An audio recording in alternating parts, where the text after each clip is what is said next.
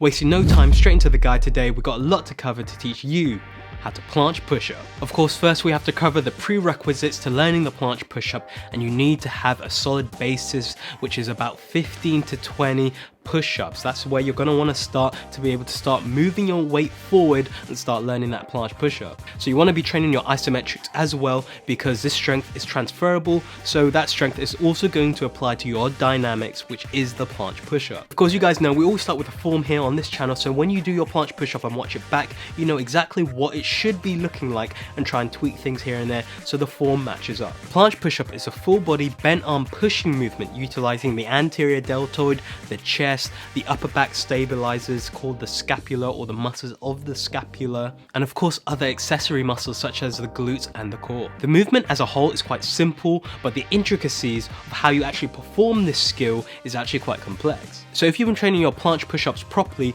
your isometric holds should only be about one step above your planche push-ups. So for anyone that doesn't know, when I say isometric, all I mean is a static hold where you're not moving with straight arms, and in this context, of course, I mean the planche. So if I say isometric, that's what I mean. Once you've entered into that planche progression, you're then going to start the eccentric phase of the movement. This is where you begin lowering down towards the floor, beginning that descent. Now during this descent, you're going to keep the tension throughout the body, so you're keeping that straight line parallel to the floor, so you shouldn't start piking at the hips or anything like that. You're keeping the tension so you're parallel to the floor and you're only bending at the elbows. The lean, or the amount of lean you had when you entered that planche before you start the descent, that you keep. You don't come backwards, you don't lean forward, you stay where you are, you maintain the amount of forward lean as you descend. So during the descent, you're still rounding or keeping your shoulder blades depressed and down to the floor. If you don't get what I'm talking about, you need to watch my other ultimate guides on the advanced tuck planche, straddle planche. Then this will all make sense. So if you haven't watched those videos as well, learn the isometric part of the planche as before coming to this dynamic movement, because there's more going on here. For a planche push-up to count, you want to lower down during that eccentric phase, and then once your body comes in line with your elbow, then it's time to pause and then start the concentric part of the movement where you push up back to your starting position. If you took a picture at this point that I'm talking about, it will look like a bent arm planche, and that's basically what a bent arm planche is. It's the bottom portion of a planche push-up. Now, that's how low to go for your planche push-ups to count. However, I do recommend training with a greater range of motion, or as wide a range of motion as is possible, because this is going to give you greater strength and hypertrophy gains. So usually what I'll do during my planche push-ups is go lower than my elbow, so my body line will cross past my elbow, and then I'm almost face to the floor, and then I'll start the concentric part or phase of the movement. Generally, this is seen as a much greater range of motion for a planche push-up, and is more than is needed for it to just count. However, it shows that you fully have control of the movement and fully dominate it, and shows mastery of the movement. As you push down into the bars and go through that concentric phase, once you hit the top of the movement, you want to pause and hold here. Another style of doing these planche push-ups where you just rep them out, but I don't think this is the best way of doing this, because of course guys, the aim of this movement is to show you can properly control and defy gravity by doing this legless push-up. So the idea isn't just to go up and down crazily using momentum. The idea is that you actively have the strength to control yourself against gravity, and this is how you train to do so. Once you've paused for a second or two at that starting position, again you should be in that isometric planche position, so your elbows should be locked out, you should be having straight arms now back in that planche position, scapula protracted, ready to do another rep. And then of course we repeat this cycle for reps. Okay, so some of that you would have known, some of that you wouldn't have known. But what you guys really want to learn now is, okay, what are the top exercises for doing the planche push-up? What is most effective? Because there's loads of exercises out there. Some of them aren't as good as others, and you don't want to waste your time doing, 5-hour workouts with so many different exercises. So I'm going to teach you the top 4 exercises for learning a planche push-up now. Top 4 exercises are pseudo planche push-ups, assisted planche push-ups, mechanical advantage planche push-ups, and paused reps. Pseudo planche push-ups. So guys, the pseudo planche push-up, you better get used to this exercise, because it's one you want to be doing all the way up until you learn your full planche. And there's a good reason for this, and a reason why everyone suggests you do this exercise, and that's for many reasons. One of the reasons is it's scalable. So as a beginner, you're not going to be used to doing planche push-ups yet. So to do the planche push-ups, of course, you're shifting your weight over your hands. This exercise is going to get you doing that. So you're going to go from doing regular push-ups to doing more of a planche push-up. So you're loading the shoulders more. Of course, you're getting that straight arm work in as well. You're locking the elbows and protracting the entire time. So there's so many reasons. I could go on and on about why you should keep doing these planche pushing exercises, the pseudo planche push-up, throughout until you learn your full planche. But guys, I did a whole video kind of explaining the exercises that are best to use. It's a planche exercise tier list, so go watch that if you want more of an explanation on that. But okay, back to the pseudo planche push-up. You guys should know how much I love using bands for these skills that you haven't learnt yet. So just whacking on a band and being able to feel how the movement even feels without able to do the movement is just something like I can't explain how useful this is, like neurologically, for learning the motor pattern of what your body needs to do, the timing, etc, etc. Now the planche push-up isn't too intricate in terms of what's going on.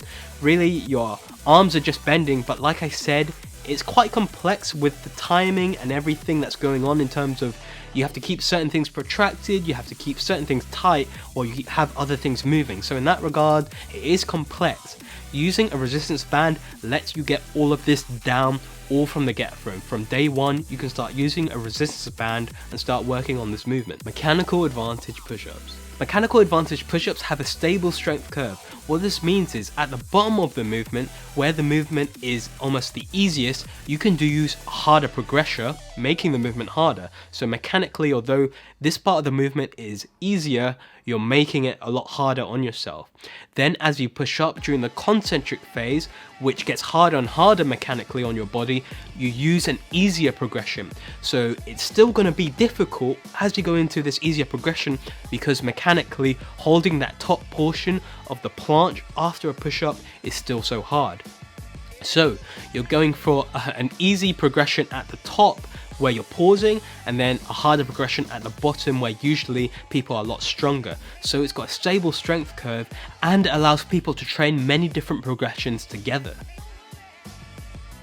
Pause reps focus on the top and bottom of the movements in between the concentric and eccentric phases. So you're holding that top of the planche position where you're in that isometric hold for a second, and then you're also holding that bottom bent arm planche position.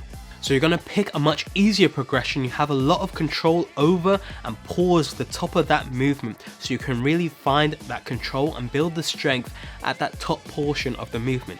You can even do this with mechanical advantage push-ups. You can hold that top portion if that's the bit you're finding most difficult, and then if the bottom isn't as hard, then you can go into a harder progression, but then go back, pause at the top, and then go through the other ranges of motion. This exercise is essential if you're not pausing in between your reps, and no offense, I love you Austin Dunham, but you don't want to be doing your planche push-ups like he does. There's not really much pause at all in between the reps. It doesn't show complete mastery and control of the movement.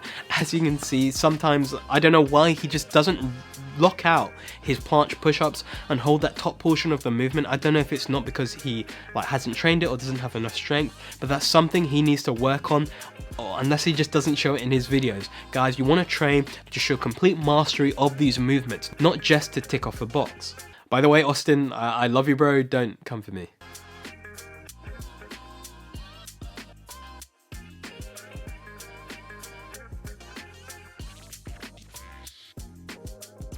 Progressions and common issues people don't talk about. So guys, yes, pseudo planche push-up, they are an exercise but also a progression to learn the full planche push-up. So you need to be able to do this in order to get that full planche push-up. So the first issue, hips are too high. I see a lot of people, they're kind of piking at the hips while they're trying to load their shoulders. To combat this, you want to think, this isn't a push-up. I know, crazy. This isn't a push-up. This is actually a plank. Think of the movement as a plank. At that point, you're going to try and keep low to the ground. You're going to want to try and keep your hips down in that plank, because when you think plank, you don't think piking at the hips. basically all my videos, I don't really ask for you to like the video, so like the video if this has helped you out. Tuck planche push-ups. You do want to grab some parallel bars, some dip bars, some parallettes. You can see here I'm using the Gore Nation parallettes. If you need some, then if you need a good set, not just any parallettes, a really good set of parallettes, then you know, go to the link in the description. You'll see my code, all the links there to buy those parallettes. And a big issue I see when people are doing their tuck planche push-ups is the hips dropping way too much. So you would actually be better off doing the pseudo planche push-ups. Once your hips drop quite a bit, you'd be better off doing the pseudo planche push-ups where you're extremely leaning over your shoulders, protracting properly, and doing those. You'll actually get stronger doing those than when the hips drop in the tuck planche. Advanced tuck planche push-ups. So the biggest issue I see with this is people jumping into it way too early. They haven't mastered the isometric advanced tuck planche and gotten that up to, like, say 15 seconds plus. That's where you want to be, where you start getting those really good advanced tuck planche push-ups for like 3-4 reps, right? You want to be onto straddle planches before you really start getting those clean advanced tuck planche push-ups. So I feel like people move on to these a bit too quick. They're still probably only just figuring out how to advanced tuck planche and then trying advanced tuck planche push-ups. No, you should still be on tuck planche push-ups at that point. You know, wait until you're on your straddle planches, you know, you're on your pike straddle planches before you really start diving into advanced tuck planche push-ups, because it's going to be way easier at that point, right? And you're going to build the strength. You're going to have a solid foundation to build the strength at that point. Frog planche push-ups. And people on YouTube, they skip over this so much. They say, oh, advanced tuck, straight to straddle. No, there's a journey in between that. There's like 3 exercises and skills you could be doing in between that. And one of those I choose to do for my push-ups is the frog straddle planche. I would much rather you do this with your hips in line with your shoulders rather than doing a piked straddle planche push-up.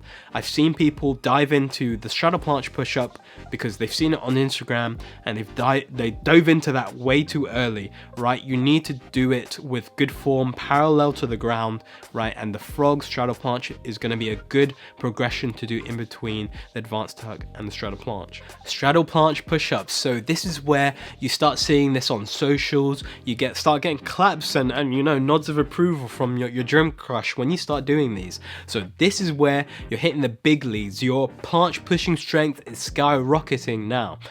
But I see a big issue with people's straddle planche push-ups, and this is something you don't want to do and something I'm guilty of. I'm still trying to get out of this, and that's the piked hips. It doesn't look clean. You don't want to have the piked hips, and the reason for this is you're not leaning enough, so you're compensating by piking the hips a little bit. That means you don't have to lean as much, and it still looks sort of like a straddle planche. So you want to be doing these leg hyperextensions. It's really going to work your glutes, your glute medius to be exact, which is going to be needed for the straddle planche, just the isometric hold, as well as the straddle planche push-up. Full planche push-ups. Push-up, the pinnacle of planche pushing strength, the point we all want to get to. But the issue I see with people at this level, the main issue I see around here is not being able to do that pause at the end of the rep. So I'm guilty of this as well, something I'm trying to perfect.